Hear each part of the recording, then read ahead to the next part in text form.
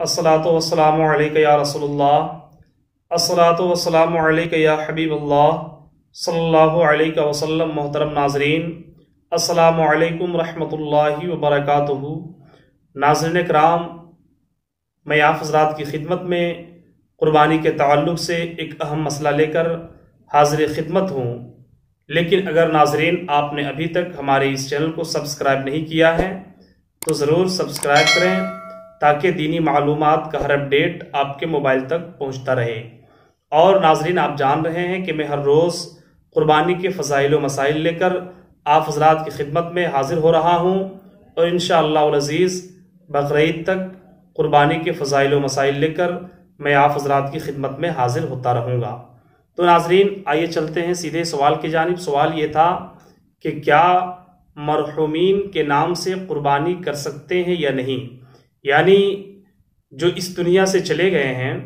क्या अगर उनके नाम से कुर्बानी देना चाहते हैं तो कुर्बानी होगी या नहीं, देना कैसा है। तो नाजरीन, आइए मैं आपको सबसे पहले बता दूं कि अगर आप साहिब निसाब हैं, तो सबसे पहले कुर्बानी आप पर फर्ज है। अगर आप साहिब निसाब हैं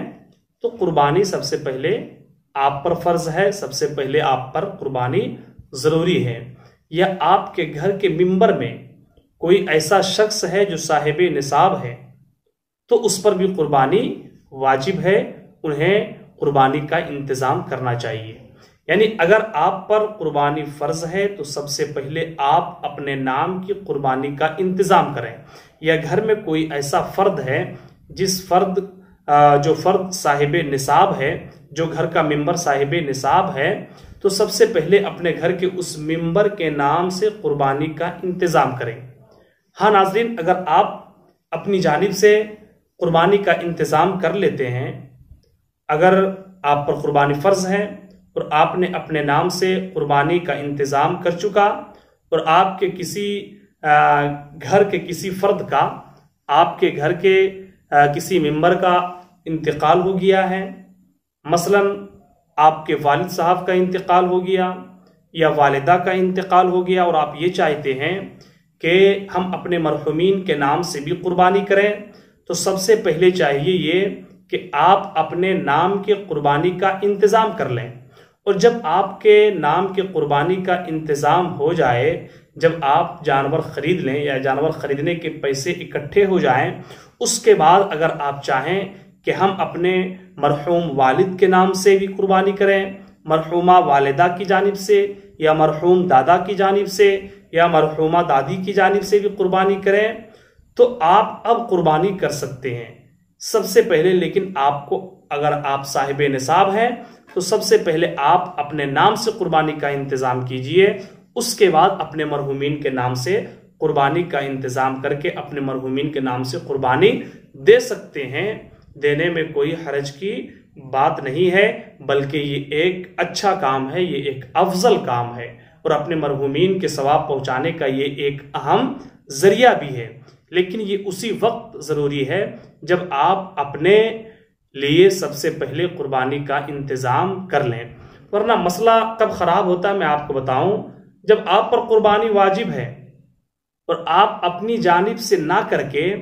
अपने मरहूम वालिद की जानिब से कर रहे हैं या मरहूमा वालिदा की जानिब से कर रहे हैं। हालांकि कुर्बानी आप पर फ़र्ज है, आपके मरहूमीन के ऊपर फ़र्ज नहीं है, आपके ऊपर कुर्बानी फ़र्ज है। और आप अपने नाम से ना करके अपने मरहूमीन के नाम से जब करते हैं तो आप ये एक गुनाह वाला काम कर रहे हैं, क्योंकि आप कुर्बानी को हर साल छोड़ रहे हैं। जो कुर्बानी आपके ऊपर फ़र्ज है, आप साहिब निसाब हैं, उसके छोड़ने की वजह से आप गुनहगार हुए, अगरचे आप अपने मरहूमीन के नाम से कुर्बानी करते रहें। इसलिए अगर आप साहिब निसाब हैं तो सबसे पहले आप अपने नाम से कुर्बानी का इंतज़ाम करें, उसके बाद अपने मरहूमीन के जानिब से कुर्बानी का इंतज़ाम करें। ये एक अफजल तरीक़ा है और मरहूमीन को सवाब पहुँचाने का एक अहम ज़रिया है। आइए मैं इस ताल्लुक़ से नसई शरीफ की एक हदीस पेश करता चलूँ। हज़रत हंस रज़ियल्लाहु ताला अन्हु इरशाद फरमाते हैं کہ حضرت علی المرتضیٰ کو میں نے دیکھا کہ حضرت علی المرتضیٰ 2 مینڈھا لاتے ہیں، مولا علی کرم اللہ وجہ الکریم 2 مینڈھا لاتے ہیں اور دونوں کو قربانی کر دیتے ہیں۔ حضرت حنش رضی اللہ تعالی عنہ پوچھتے ہیں کہ یا علی، اے علی، آخر آپ نے ایسا کیوں کیا؟ آپ نے 2 جانور کی قربانی کیوں کیا؟ حضرت علی المرتضیٰ فرماتے ہیں کہ ایک جو میں نے قربانی کی ہے وہ تو اپنی جانب سے، اور دوسری جو قربانی کیا ہے میں نے آقا صلی اللہ تعالی علیہ وسلم کی وصیت تھی کہ علی قربانی کرتے رہنا، جب میرا وصال ہو جائے تو علی میری جانب سے بھی قربانی کر دینا۔ تو حضرت علی المرتضیٰ فرماتے ہیں کہ ایک تو میں نے اپنی جانب سے کیا اور ایک میں نے آقا علیہ الصلوۃ والتسلیم کی جانب سے بھی کیا۔ تو ناظرین، آپ مسئلے کو سمجھ چکے کہ آپ اپنے مرحومین کے نام سے بھی قربانی کا انتظام کر سکتے ہیں، لیکن سب سے پہلے اگر آپ صاحب نصاب ہیں تو آپ اپنے نام سے قربانی کا پہلے انتظام کریں۔ بعد میں اگر اللہ نے آپ کو وسعتیں دیا ہے، اگر اللہ نے آپ کو دولتوں سے سرفراز فرمایا ہے تو آپ اس کے بعد پھر آپ اپنے مرحومین کے نام سے انتظام کریں، لیکن سب سے پہلے آپ کو اپنے نام سے انتظام کرنا ہوگا۔ اب آئیے بالکل اس کے اخیر پوائنٹ میں آپ کو بتاتا چلوں کہ اگر آپ اپنے مرحومین کے نام سے قربانی کرتے ہیں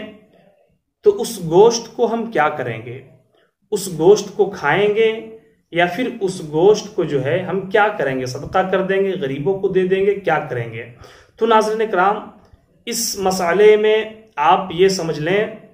کہ مرحومین ایک تو وہ ہیں جنہوں نے وصیت کیا ہے، ایک وہ ہے جو لوگ وصیت نہیں کیے ہیں۔ اگر آپ ایسے مرحوم کی جانب سے قربانی کر رہے ہیں جنہوں نے آپ کو وصیت کر دیا ہے کہ جب میرا انتقال ہو جائے تو میرے نام سے قربانی کرتے رہنا، اگر اس طرح سے وصیت کر کے وہ مرحوم چلا گیا ہے تو آپ پھر اس گوشت کو ایک بوٹی بھی نہیں کھا سکتے ہیں، بلکہ کل کا کل گوشت آپ کو صدقہ کر دینا ہوگا، غریبوں میں بٹوا دینا ہوگا، یتیموں میں تقسیم کر دینا ہوگا اگر وصیت کر کے گیا ہو تو۔ اور اگر اس جانے والے مرحوم نے یا مرحومہ نے وصیت نہیں کیا ہے بلکہ آپ انہیں ثواب پہنچانے کے غرض سے اور آپ اس نیت سے قربانی کر رہے ہیں مرحومین کے نام سے کہ اس کا ثواب جو ہے ہمارے گھر کے مرحومین کو ملے، چاہے ہماری والدہ کو ملے، چاہے ہمارے والد کو ملے، اگر آپ اس نیت سے قربانی کر رہے ہیں تو آپ اس گوشت کو کھا سکتے ہیں، اور اس گوشت کا حکم وہی ہے جو ہر ایک شخص کے ہر ایک زندے کے نام سے جو قربانی ہوتی ہے، جیسا اس کا حکم ہے وہی اس مرحوم کی قربانی کا حکم ہے جس مرحوم نے قربانی کرنے کی وصیت نہیں کیا ہے۔ اس گوشت کا حکم کیا ہے تو آپ بخوبی جانتے ہیں کہ ایسے گوشت کو 3 حصوں میں بانٹ دیا جائے، ایک حصہ غریبوں یتیموں کے لیے، ایک حصہ اپنے دوستوں احباب اعزاء اور اقربا کے لیے، اور ایک حصہ جو ہے وہ اپنے گھر کے لیے رکھا جائے۔ تو ناظرین کرام، اس میں ایک مسئلہ یہ سمجھ لیں، بالکل بات واضح ہو جائے گی کہ اگر مرحوم نے وصیت کیا ہے تو اس گوشت کو نہیں کھا سکتے، اگر وصیت نہیں کیا ہے تو پھر آپ گوشت کو کھا سکتے ہیں اور کھلا سکتے ہیں، غریبوں میں بانٹ سکتے ہیں۔ اگر مرحوم نے وصیت کر دیا ہے پھر اس کل کے کل گوشت کو جو ہے آپ کو تقسیم کر دینا ہوگا، غریبوں میں بانٹ دینا ہوگا، صدقہ کر دینا ہوگا۔ ناظرین کرام، ہمیں امید ہے کہ آپ اس مسئلے کو سمجھ گئے ہوں گے۔ اگر پھر بھی کہیں پہ کوئی کنفیوژن ہو تو آپ ہمیں کمنٹ باکس میں ضرور بتائیں تاکہ میں آپ کے شکوک کو، آپ کے شبہات کو، آپ کے کنفیوژن کو دور کر سکوں۔ السلام علیکم رحمۃ اللہ وبرکاتہ۔